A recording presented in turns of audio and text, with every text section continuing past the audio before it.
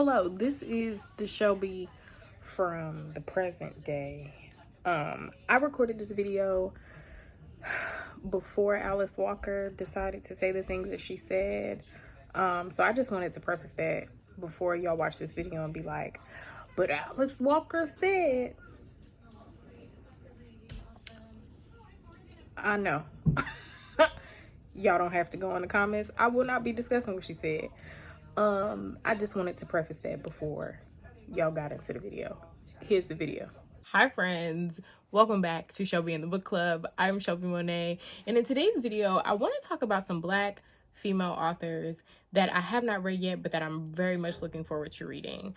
It is Women's History Month, and that's really important to me because a woman is the reason that I'm even here today, right? Without my mother, I wouldn't be at all. And also a Black woman is the reason that I read. And whether that is, again, in reference to my mother or some of my favorite authors or some of my friends that inspire me to read outside of my comfort zone, a Black woman is the reason that I read. So I just wanted to go over some more Black women that I am highly looking forward to reading that I have not yet. And I may not get to them this month, but definitely this year. So if you would like to hear it, here it go. You guys know what I'm about to say. If you have not, make sure you like, comment, and subscribe. I love talking to y'all in the comments because I learn about new books that way. I get to know y'all. I get to know what type of content y'all want to see. We have Discord about books, which is so much fun to me because I love getting everybody's point of view. And of course, we want to grow our family. So do all of the things and let's get into this video. Okay, so this is in no particular order. Let me say that first. And then I want to say that some of these you have seen me talk about before, whether I have started trying to read them and I just didn't get to it or whatever. Some of these you've seen before. So first, Jacqueline Woodson, Red at the Bone. I've heard so many good things about this book, and I attempted to read it when I first started reading again and could not get into a groove with it. But I've heard so many good things, not just about this book, but about Jacqueline altogether. I know this one, see, she got a whole bunch of books. I don't know if y'all can see that. It looked like y'all can. A whole bunch of books.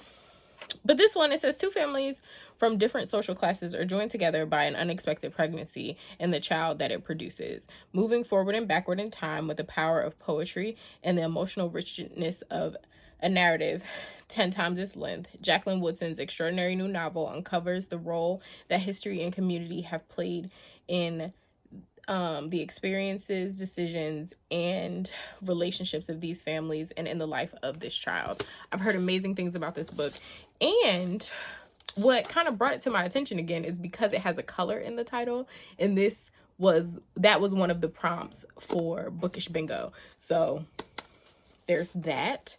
Next, another one with a color in the title, the color purple. I feel so anti-Black when I tell people that I have not read this book, but it is absolutely one of my favorite movies. I know that the book, the movie, and the play are all very different from each other, but I want to read it. I also love that modern day us can say that this is a sapphic novel. I love that we can acknowledge that and do that. But I definitely want to read this, and I want to read more by Alice Walker in general.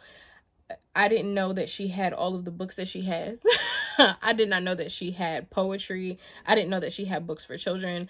I also did not know that she had a bunch of nonfiction.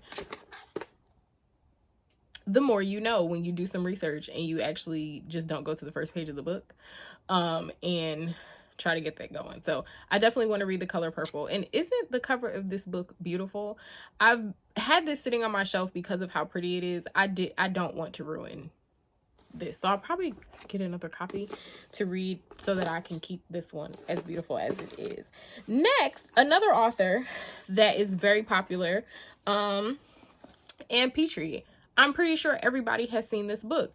Did you also know that Ann Petrie has other books? I did not know that. I did not know that. And she's very beautiful. There we go. I don't know why I was about to click the book, but anyway, she has other books and they all have like a particular color. I've heard amazing things about this book. I feel like it is a book that everyone talks about very, very often. So this says the street follows the spirited Ludi Johnson, a newly single mother whose efforts to claim a share of the American dream for herself and her young son meet frustration at every turn in 1940s Harlem. It sounds like something right up my alley. But I happened to be in Watch Young Booksellers looking in the classic section, and there were like 4 or 5 books. And I was like, wasn't nobody gonna tell me nothing? Like, I feel like I don't hear people talk about her outside of this particular book. Next, we have a book by J. California Cooper. This is my mother's copy. My mother has been urging me for years to read J. California Cooper. This has been on her bookshelf for a long time. And it's something that I've been like just skipping over. And I feel like it's going to be one of those, I'm going to read through her stuff very quickly. I also feel like I probably needed to be in a certain mindset to read her stuff. Like, things find you when you need them. She does have a few other books. I feel like all of her books are on my mom's bookshelf. But this one in particular is what I want to start with. I am going to get my own copy because I want to keep these like original copies that my mom have in good pristine order.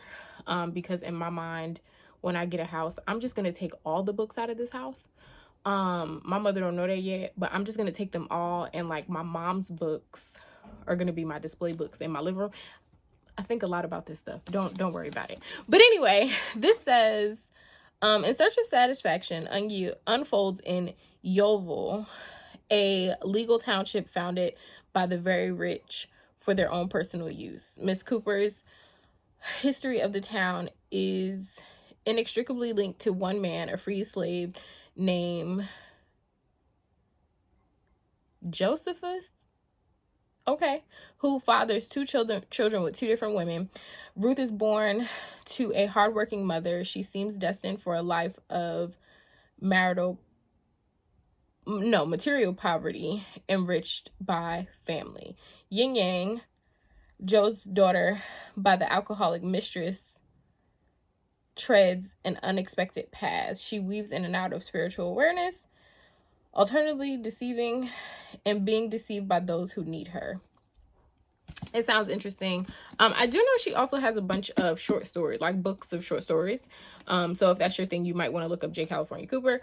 But I want to read her stuff, and I'm super excited about that. And then last but certainly not least, these were only a few.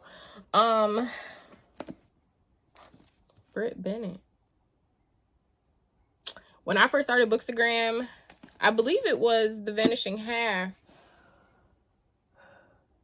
that was just coming out, and everybody was raving about it. I know everybody has read it and loved both of her books. So I need to just get them. I need to read them. I feel left out. I very much feel left out.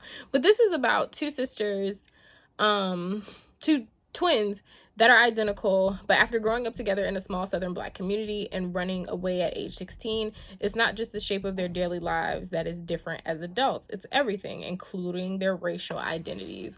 So one is living life passing, and the other one is not. And I believe it kind of goes through how that affects them, so on and so forth. So I'm really looking forward to reading this book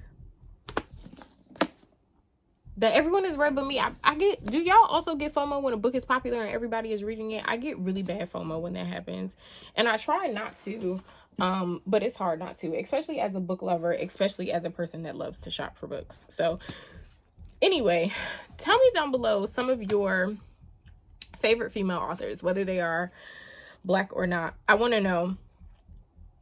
Tell me why you love them.